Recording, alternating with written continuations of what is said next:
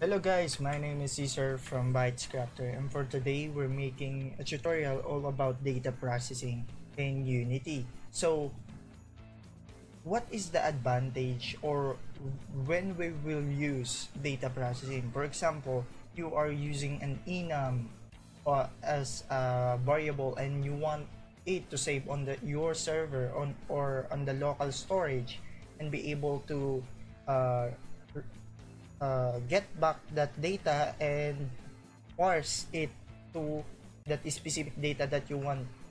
So, and another thing is, for example, if you want to save a texture 2D into your local hard drive or submitting it to your MySQL server. So before we start guys, I want you to I am inviting to you to subscribe into my channel to receive more updates about the game development tutorials or software development. So, and you can also like our Facebook page, Twitter. You can go to our website and you can download some of our application and games, and also you can support us on Patreon, and we really need your support right now, and because we need some financial support to continue what we do here, but it is not compulsory. It is on your own donation. On for example, you want to donate, you can donate here on Patreon. So to continue, so let's start here in Unity. So for example, because this game object is active on the Unity, so we can create a new script here called data processing. So where will we start? So let's try to, and as you can see, I have a reference so that I can explain it to you very well. So maybe I show it to you, but it's more fun if we are coding at the same time. So let's try to code now, and again, so here is our data processing, and we will create first is, I think we should deal on the enum. So we can create a static void for return string value. So we can start by just typing public string no, I'm sorry, to make it accessible even though you don't want to reference the script data processing, make it static. That's the purpose of the static syntax, I think. Static, so we want to return a string of an enum, and then we call this method enum to string. So declare that, and you should also declare the type, what type you are passing, so that the system or your data processing script will be able to decode that specific enum class or enum variable. So for example here, because we want to use this in a different for all of our enums, so we can say it is a type and you are passing a type which is related to the type, and we call this a value of enum. And next is we are returning, sorry, we should return an enum. Let's call the enum, and before calling the enum, I think we should access the I think it's the runtime.serialization. Let's try. Is it the runtime? No, it's not the serialization, and it's being so creepy right now. And try system.io or the system, I think. And I think it's the system. Now, to be able to use the enum namespace, you should declare using systems. So we can now get the name. I'm sorry for that. We can now get the name of that enum, and you should also say that you should also support the enum.get name. What type of enum do you want to get? So let's declare it by saying type of the t. So the t that you are passing, this one. So whatever enum class that you will put here will be the reference of the get name. Now you will pass the value and it will return a string. So if you are familiar with just by putting open parentheses, you can get the summary and the parameters. So as you can see, it is public static string. It will return a string. So that's it. And the second one, I'm sorry, forget the semicolon. And that's the process of getting an enum as a string. So basically, you can get the enum as a string just by I think you can get it just by for example, the type of the class and then to string.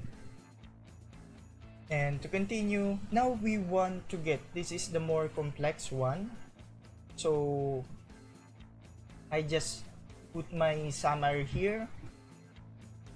So as you can see, enum to string, make sure that you add a null enum entry to be used for error handling on some of the data processor enums method. So next is we want to get the enum value. So I think we should declare the enum so that I can explain it to you further. So we can declare an enum, for example, type enums, and enums will compose of type A, type B, type C. Now, for example,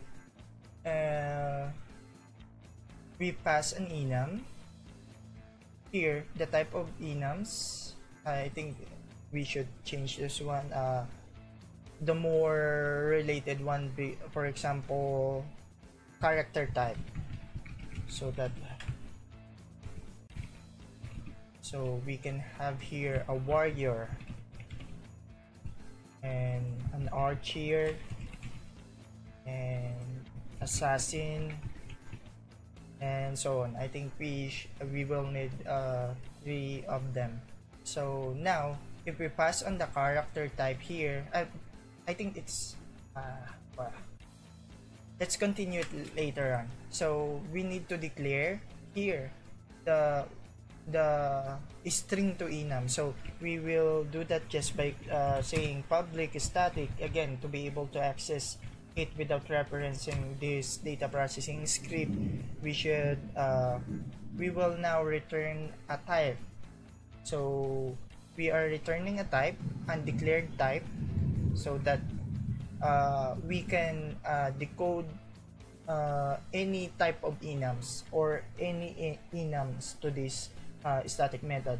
So we can call this as string to enum. So and then we should declare again the type that we are passing. So this is very important for referencing, to be able for the systems assemblies to decode that string. So now we are passing now a string to convert it to enum. So this is the value of string, and after that close the method. And now what is the next step? The next step will be checking if the enum is defined or currently on the list of this character type. For example, we use this character type and we pass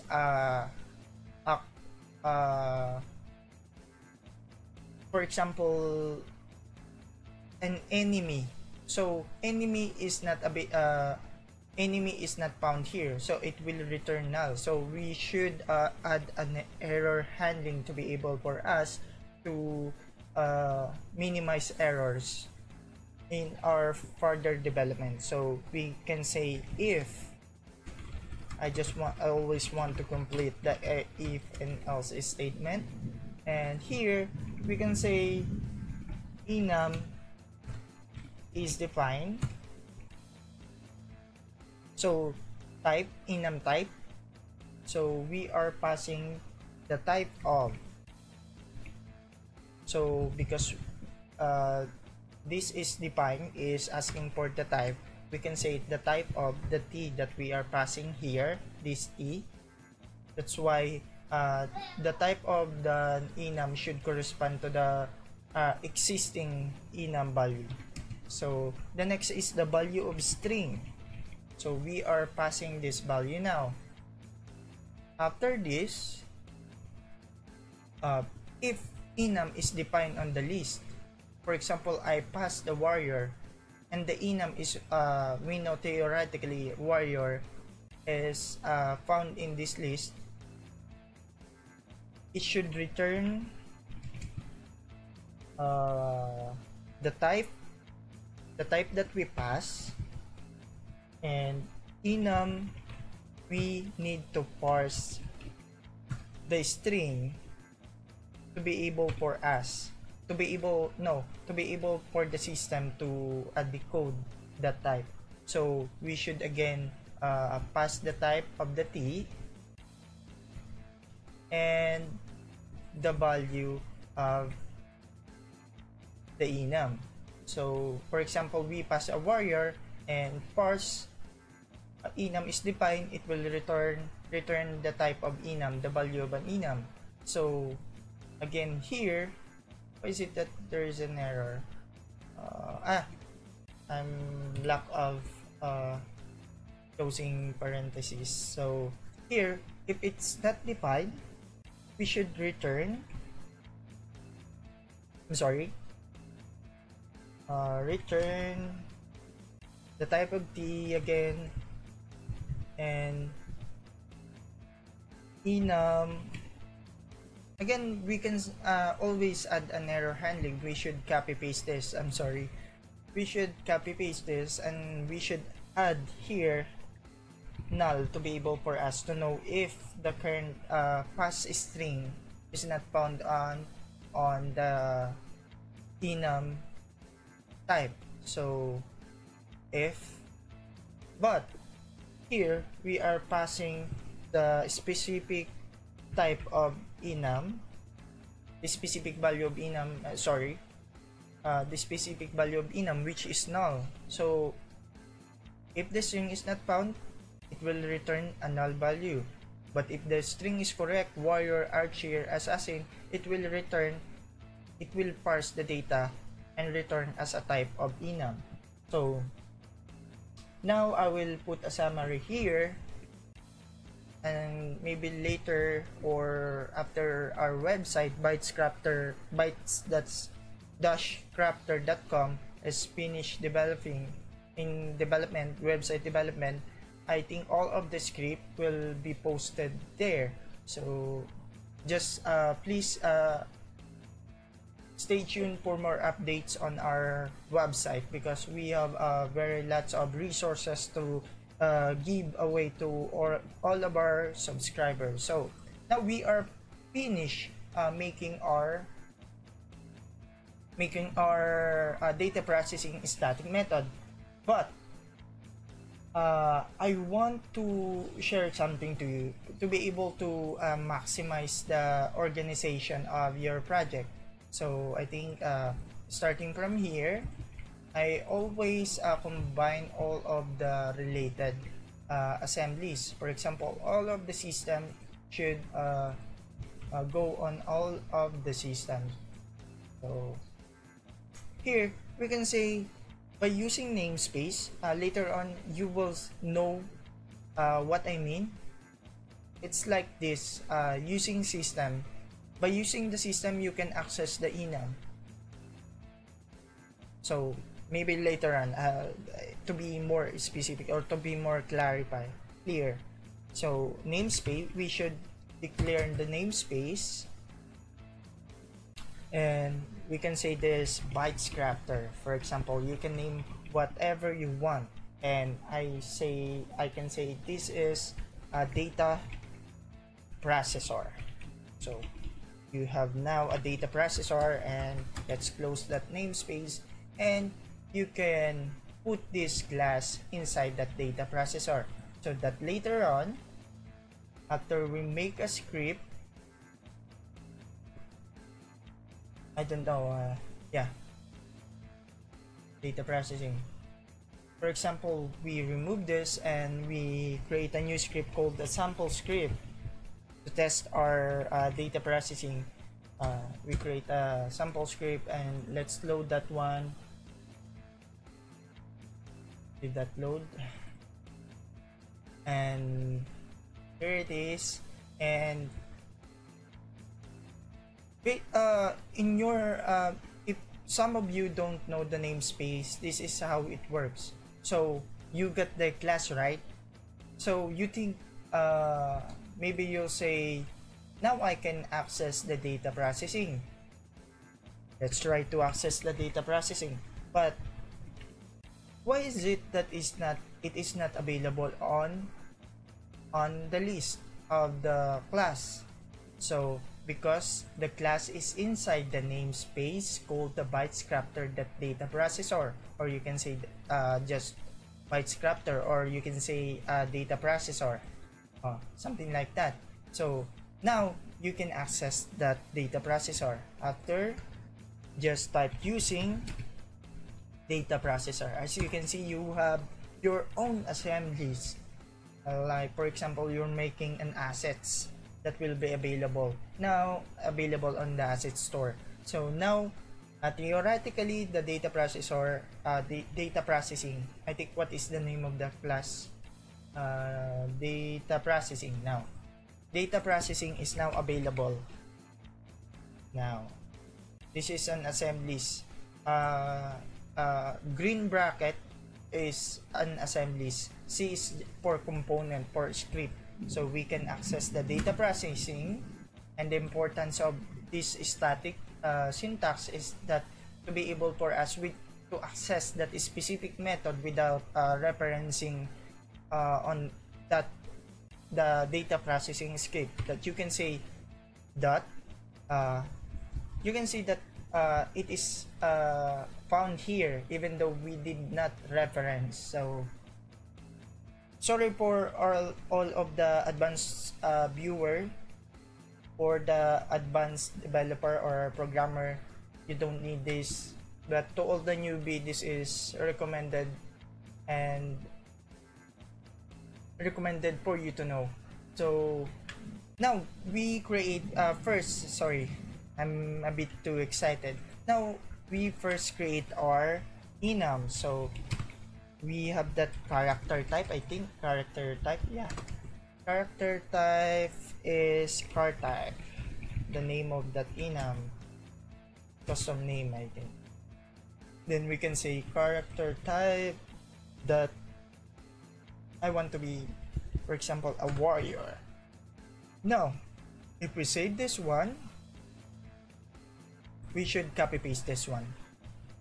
And for example, this is old type, the new type. So this is an archer, for example. Now we want to convert this old type into the new type. So our